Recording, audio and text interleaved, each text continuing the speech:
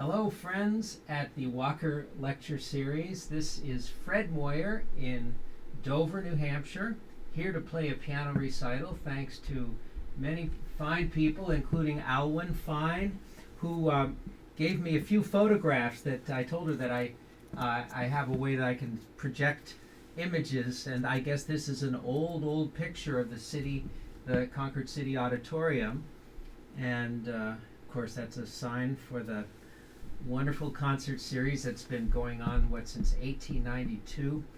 I've enjoyed so much playing on your series, and I'm sorry this is the best we can do this year.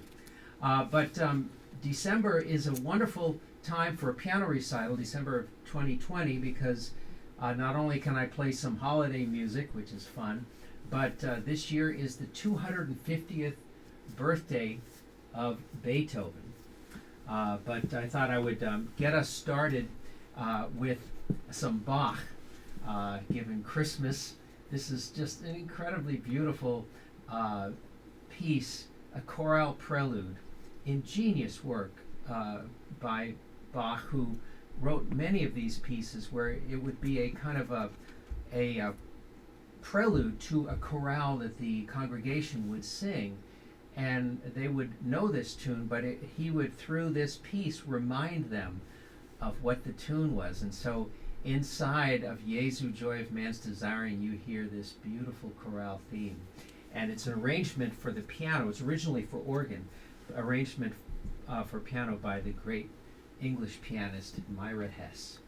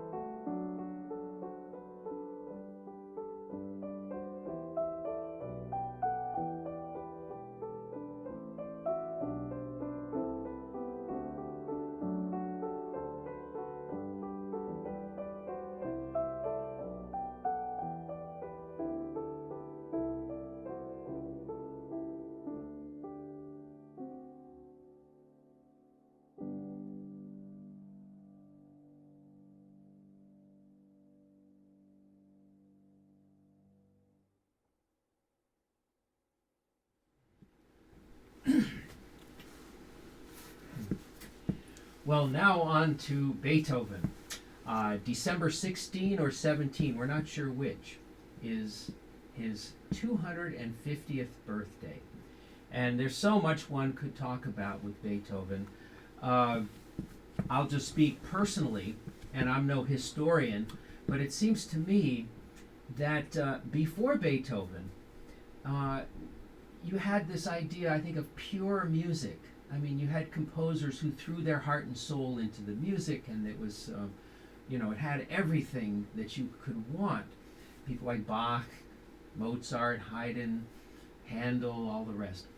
But when Beethoven came along, it seemed that music shifted. We now were very much aware of the person behind the music, and I think this idea of the journey of the artist became prevalent, and the individual, the importance of the individual, and this music was the expression of an individual. And Beethoven single-handedly brought us into the Romantic era, which was a celebration of the individual. In fact, I'd say composers felt almost obliged to bare their soul through their music and show all of their idiosyncrasies, and music reflected what was going on in their lives, in their minds, in a way that really it didn't with people like Mozart and Bach. They were, it's more of an ivory tower for them, and nothing wrong with that. But in fact, you could maybe blame Beethoven for a lot of these things. The other, I mean, the fact that we're so much wrapped up in, is it different? Is he saying something that we haven't heard before? All of that. It seems that Beethoven was the first one, for better or for worse. The other thing that you'll hear in this piece is so interesting and so powerful. Incidentally, this is the Waldstein Sonata, written for a benefactor of Beethoven's, who lived in Vienna, like Beethoven, this incredible musical city where Beethoven, Mozart, and Haydn, they all lived there, and lots of other people who played music. It was this wonderful breeding ground for music. Later, people like Brahms and Schubert lived in Vienna. At any rate, Waldstein paid Beethoven to write pieces, and ironically, this one that bears his name, that's so famous, he didn't pay Beethoven for it. It was a gift. And incidentally, Count Waldstein was a very fine pianist himself, and so you'll see in this piece that Beethoven really dishes out a workout for the pianist. But despite the fact that it's so technical and very difficult, the other thing that strikes me, that's so moving to me about Beethoven, is how he embraces simplicity and directness. He wrote at a time when Haydn and Mozart and Beethoven at times the classical style was full of filigree and little trills and ornaments, and it's all dainty, and how you handed the music to the listener on a silver platter. But Beethoven, sometimes he just hits you right through the between the eyes, and he loves to create this powerful music with very, very simple ideas. And the first movement of this piece is a great example.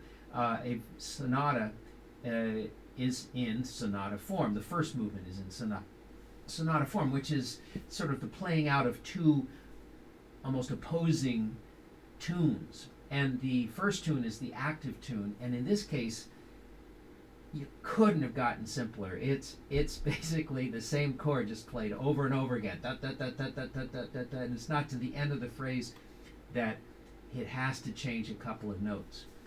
The second theme is the more lyrical theme, which you hear maybe in a minute and a half or two into the piece, and that also is so simple. It's just a scale going down 5 notes, and then it goes back where it started. And out of these very simple building blocks, Beethoven creates this powerful music. And I think he was really onto something, that you didn't need to be all complicated. And I think that's another thing that so much that he gave us, we are still under the spell of these ideas of getting right to the point and being direct. There are many, many examples of simplicity in Beethoven, especially in his greatest pieces, and this is one of them, certainly. you'll hear, well, he'll sit on a chord for a long time and then another chord for a long time. Even though it's complicated and difficult to play, there's simplicity all over the place if you listen for it. It's a piece in 3 movements. The first movement is full of energy in that sonata form. And then the second movement is essentially an introduction to the last movement. It's very slow, but quite short, and it goes without pause into the rondo. And the rondo is a piece where you have this main theme, which will just keep coming over and over again. It goes into these little digressions, but then it always comes back to the main theme. And if you know the Waldstein, you know this main theme of the last movement is just so beautiful, and again, so direct. It's just simple chords, but somehow Beethoven knew how to create such powerful music. Here is the Waldstein Sonata.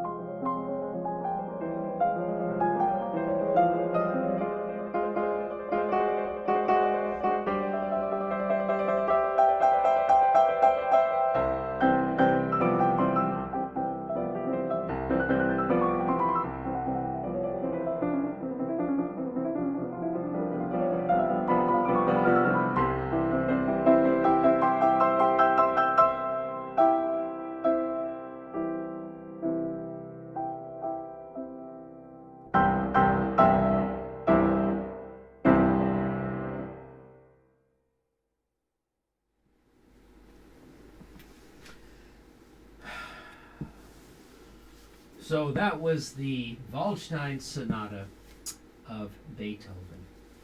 And of course, we're celebrating Beethoven's 250th birthday, December 16 or 17. But now to get more into the Christmas spirit, I thought I would play this very interesting and short a set of Romanian Christmas carols gathered and arranged by Bela Bartok, this Hungarian composer, pianist, and ethnomusicologist. People call him the grandfather of ethnomusicology. He would travel around his area all over and record, and this is a picture of him recording people. He would ask them to sing their folk songs or whatever they want. And then he would, that evidently is a little recording device, and then he'd go back to his study and transcribe what he heard. And he made these wonderful arrangements of these ethnic folk songs, and with his own quirky little accompaniments and chords. Very jazzy. You know, if you listen to somebody like Chick Corea, owes a lot of his style to Bela Bartok. Here are, I think, 10. They're very short. Christmas carols, Romanian Christmas carols, arranged in this way, one after another. And it's kind of interesting because, at least I feel, I can hear Christmas in there. You know, the great rip-roaring fun of Christmas, or sometimes that sort of hollow coldness of winter time, the hush of the snowfall. Different moods are expressed in these very colorful pieces. The whole thing's about 5 minutes long. 10 Romanian Christmas carols.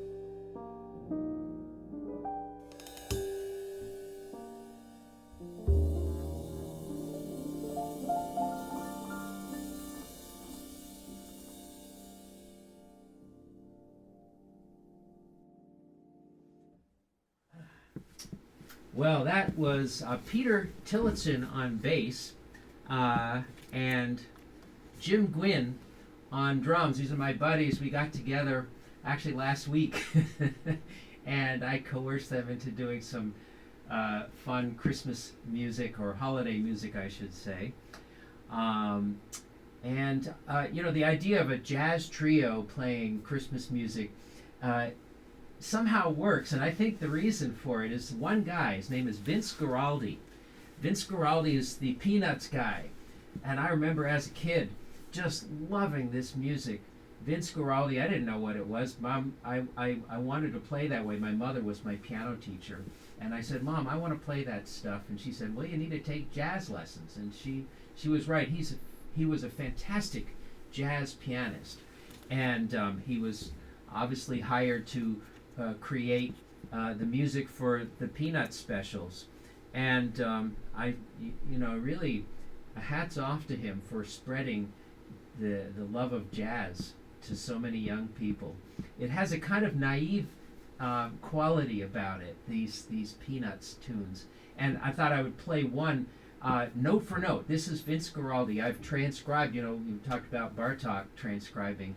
I do a lot of transcribing of jazz pianists and figure out exactly what it is they're playing, left hand and right and everything. This is Linus and Lucy, Vince Geraldi.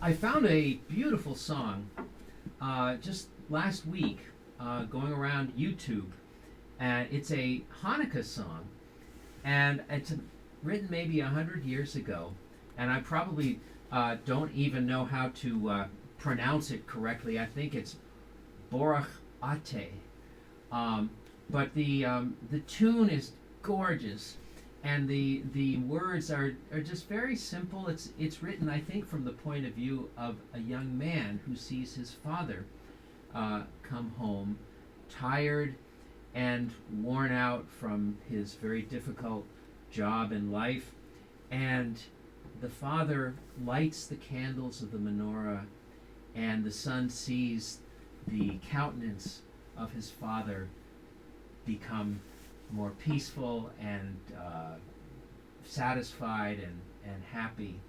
And it's just an affirmation of this beautiful tradition. Nothing more, complicated than that. So here is this Borach Ate Hanukkah song.